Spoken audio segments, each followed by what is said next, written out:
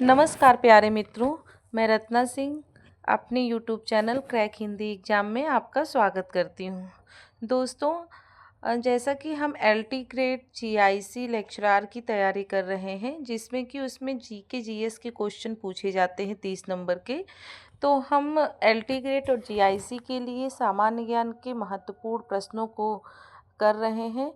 तो आज हम प्राचीन इतिहास से कुछ इम्पोर्टेंट महत्वपूर्ण टॉपिक कवर करेंगे। इसमें से काफ़ी क्वेश्चन आपके पेपर में पूछे जाते हैं। पहले प्रीवियस ईयर भी क्वेश्चन में पूछे गए हैं और इस बार भी पेपर में यहाँ से आपके 2 से 4 क्वेश्चन ज़रूर से ज़रूर बनेंगे। तो समय न गंवाते हुए अपना क्लास शुरू करते हैं। तो हम पढ़ रहे हैं इतिहास, प्राचीन इतिहास। तो देखते हैं पहला पॉइंट क्या है कि इतिहास के जनक हेरोडोट्स हैं। इतिहास के जनक कौन है? हेरोडोट्स हैं। इन्होंने हिस्टोरिका नामक पुस्तक लिखी है।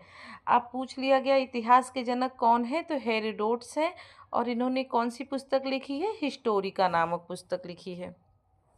आगे है कि आग का आविष्कार कब हुआ था। क्वेश्चन में आ गया कि आग का आविष्कार कब हुआ था। तो आपका आग का आविष्कार कब हुआ था? पूरा पाषाण काल में। कब हुआ था? पूरा पाषाण काल में आग का आविष्कार हुआ था। आगे का पॉइंट देखते हैं कि पहिए का आविष्कार। पहिए का आविष्कार किस काल में हुआ था? तो पहिए का आविष्कार, ये पहिए का जो आविष्कार है, नवपाषाण काल में हुआ था। इम्पॉर्टेंट ये क्वेश्चन आप प्रश्नोत्तरी मान सकते हैं इसको, बहुत ही इम्पॉर्टेंट है, आपके पेपर के लिए बहुत ही हेल्पफुल होंगे। और अगर वीडियो आपको पसंद आ रहा है तो प्लीज़ चैनल को लाइक शेयर सब्सक्राइब ज़रूर कर दीजिएगा। मनुष्य ने, आगे का पॉइंट है, मनुष्य ने सबसे पहले कुत्ते को अपना पालतू पशु बनाया। मनुष्य ने सबसे पहले किसको अपना पालतू पशु बनाया? तो कुत्ते को अपना पालतू पशु बनाया। आगे है कृषि का आविष्कार किस काल में हुआ? तो कृषि का आविष्कार आपका नवपाषाण काल में हुआ था। आगे है मनुष्य ने सबसे पहले किसका प्रयोग किया? तो मनुष्य ने सबसे पहले तांबा का प्रयोग किया। आप देखते होंगे पेपर में ये क्वेश्चन पूछे जाते हैं कि मनुष्य ने सबसे पहले किसका प्रयोग किया? तो मनुष्य ने सबसे पहले तांबे धातु का प्रयोग किया। आगे है मनुष्य द्वारा प्रयोग किया जाने वाला प्रथम औजार।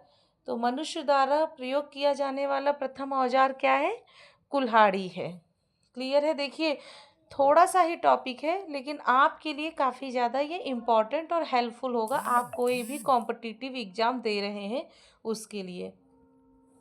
आगे है भारतवर्ष शब्द का सर्वप्रथम उल्लेख हाथी गुम्बा अभिलेख में मिलता है। कहाँ मिलता है? हाथी गुम्बा अभिलेख में मिलता है। आगे का प्रश्न है मनुष्य द्वारा बोई गई सबसे पहली फसल कौन सी है? तो जौ है। मनुष्य द्वारा बोई गई सबसे पहली फसल जौ, जिसको यौ भी कहते हैं। ये तो हुआ कुछ आपके इम्पॉर्टेंट टॉपिक। यहाँ से यहाँ तक जो प्राचीन इतिहास में जो इम्पॉर्टेंट टॉपिक थे वो मैंने कराया है आपको। अब आप देखते हैं कि प्रमुख वेद। आज देखते हैं प्रमुख वेद। प्रमुख वेद से काफ़ी क्वेश्चन आपके पेपर में पूछे जाते हैं, तो ये हमने कर लिया है। भारत के सबसे प्राचीन ग्रंथ वेद का शाब्दिक अर्थ ज्ञान है। पहले तो हो गया भारत का सबसे प्राचीन ग्रंथ क्या है? वेद, जिसका शाब्दिक अर्थ क्या होता है? ज्ञान होता है। अब वेदों की संख्या कितनी है? क्वेश्चन आता है आपके पेपर में, तो वेदों की संख्या 4 है। ऋग्वेद, यजुर्वेद, सामवेद और अथर्ववेद। अब ऋग्वेद के बारे में जानते हैं कि ऋग्वेद है, ऋग्वेद है, यह सबसे प्राचीन वेद है। ऋग्वेद क्या है? सबसे प्राचीन वेद। क्वेश्चन आपसे पूछ लिया गया कि सबसे प्राचीन वेद कौन सा है, तो आपको याद होना चाहिए कि ऋग्वेद जो है वो सबसे प्राचीन वेद है। ऋग्वेद में कितने मंडल हैं? तो ऋग्वेद में 10 मंडल हैं, 1028 सूक्त हैं तथा 10,462 मंत्र हैं। इसको आप इम्पॉर्टेंट, वेरी इम्पॉर्टेंट टिक लगा सकते हैं कि सबसे प्राचीन वेद कौन सा है? ऋग्वेद। इसमें 10 मंडल हैं, 1028 सूक्त हैं और 10,462 मंत्र हैं ऋग्वेद में। अब ऋग्वेद में कौन से देवता का उल्लेख 9वें मंडल में हुआ है? तो देवता सोम का उल्लेख जो है वो ऋग्वेद के 9वें मंडल में हुआ है। किसका? सोम देवता का। आगे है गायत्री मंत्र। जो गायत्री मंत्र है उसकी रचना किसने की है? तो ऋषि विश्वामित्र ने की थी और उसका उल्लेख कहाँ मिलता है? ऋग्वेद के 3रे मंडल में। देखिए कितना इम्पोर्टेंट टॉपिक है ये, कितना इम्पोर्टेंट लाइन है कि ऋग्वेद में किस देवता का उल्लेख है? सोम देवता का।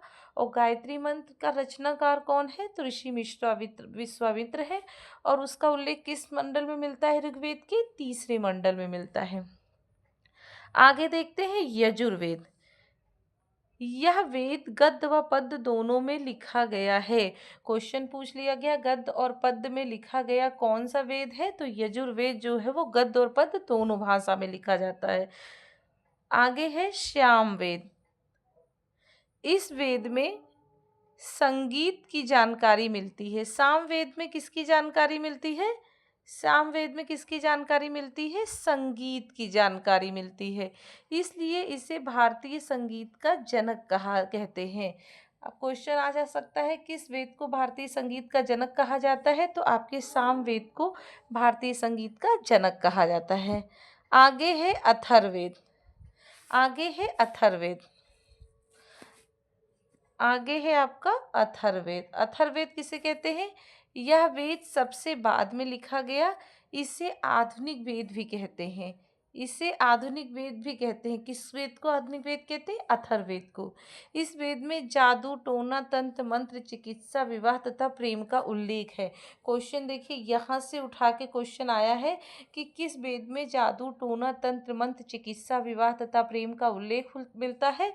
तो आपके अथर्ववेद में इन सब का उल्लेख मिलता है।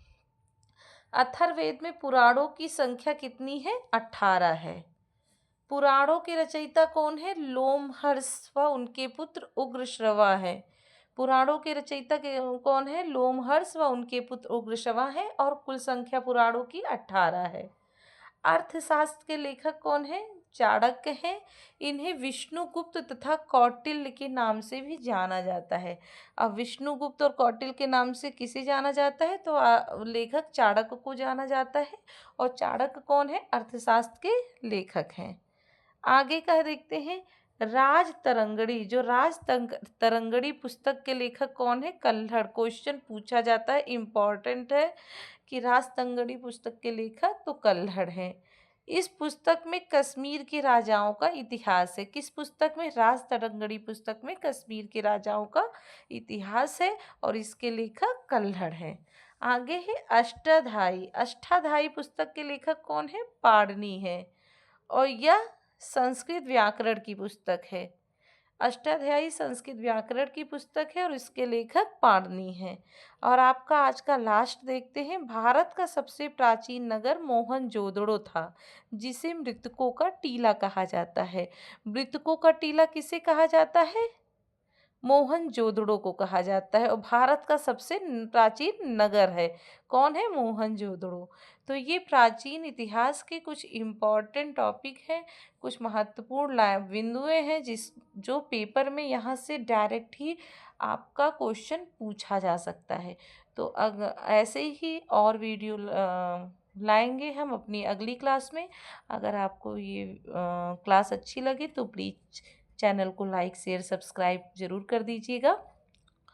और प्लेलिस्ट में जाके आप वीडियो को अच्छे से क्रम से आप वीडियो को देख सकते हैं। वहाँ पे हिंदी की क्लास भी मिलेगी, हिंदी व्याकरण की मिलेगी और जीके जीएस की भी क्लास आपको मिलेगी, जो LT grade, TGT, PGT, GIC की तैयारी कर रहे हैं। तो आज का क्लास यहीं समाप्त होता है। तब तक के लिए नमस्कार, धन्यवाद।